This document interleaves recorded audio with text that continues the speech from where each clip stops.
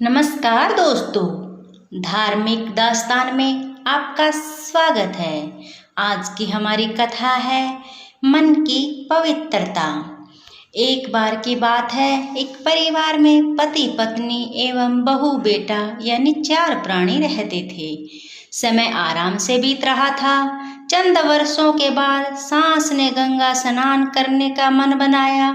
वो भी अकेले पति पत्नी, बहू बेटे को साथ ले जाने का मन नहीं बनाया।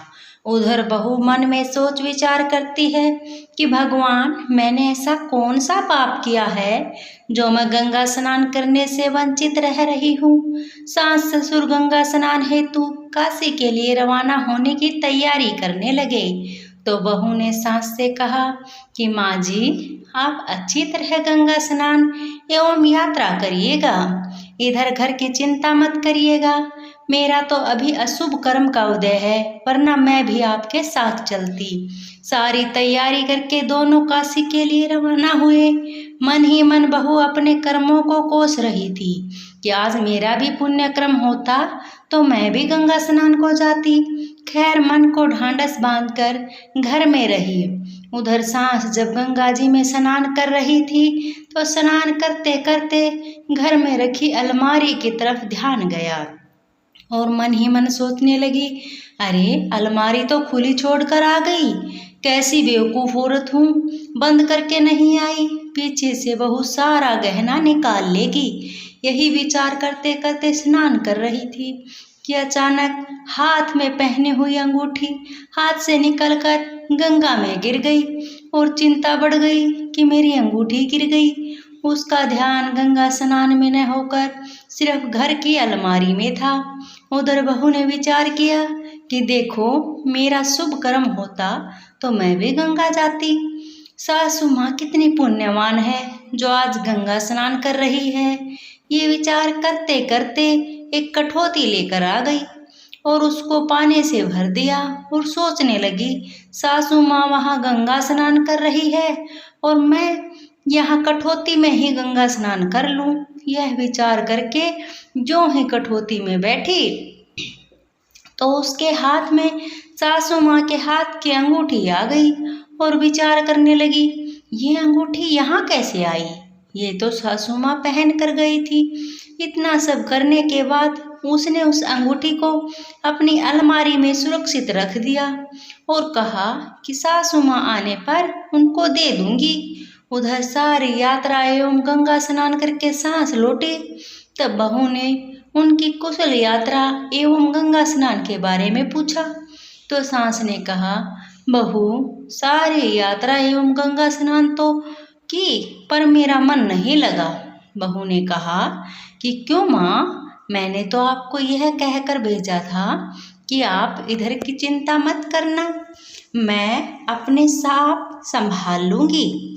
सास ने कहा कि बहू, गंगा स्नान करते करते पहले तो मेरा ध्यान घर में रखी हुई अलमारी की तरफ गया और जो ही मैंने गोता लगाया स्नान करने के लिए, मेरे हाथ से अंगूठी निकलकर गंगा जी में गिर गई।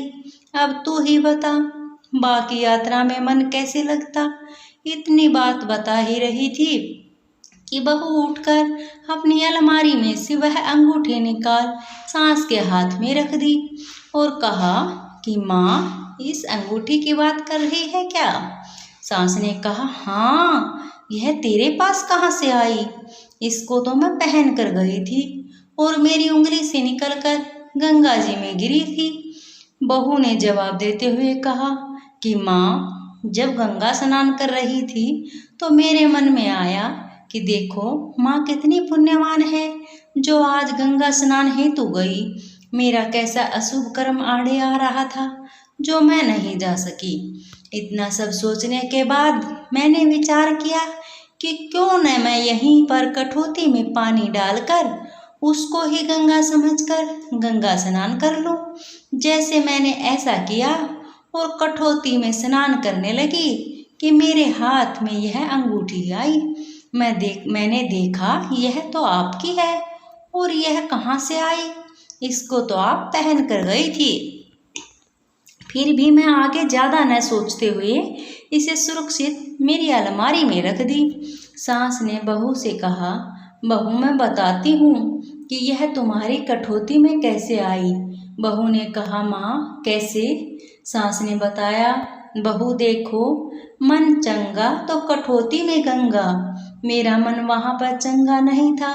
मैं वहाँ गई जरूर थी, परंतु मेरा ध्यान घर की अलमारी में अटका हुआ था और मन ही मन विचार कर रही थी कि अलमारी खुली छोड़कर आई हूँ, कहीं बहू ने अलमारी से मेरे सारे गहने निकाल लिए तो बता, ऐसे बुरे विचार मन में आए तो मन कहाँ से लगने वाला था, और अंगूठी तो मेरे हाथ से निकलकर गिरी। वह तेरे शुद्ध भाव होने के कारण तेरी कठौती से निकली।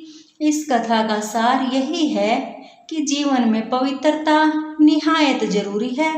वर्तमान में हर प्राणी का मन अपवित्र है, हर व्यक्ति का चित्त अपवित्र है।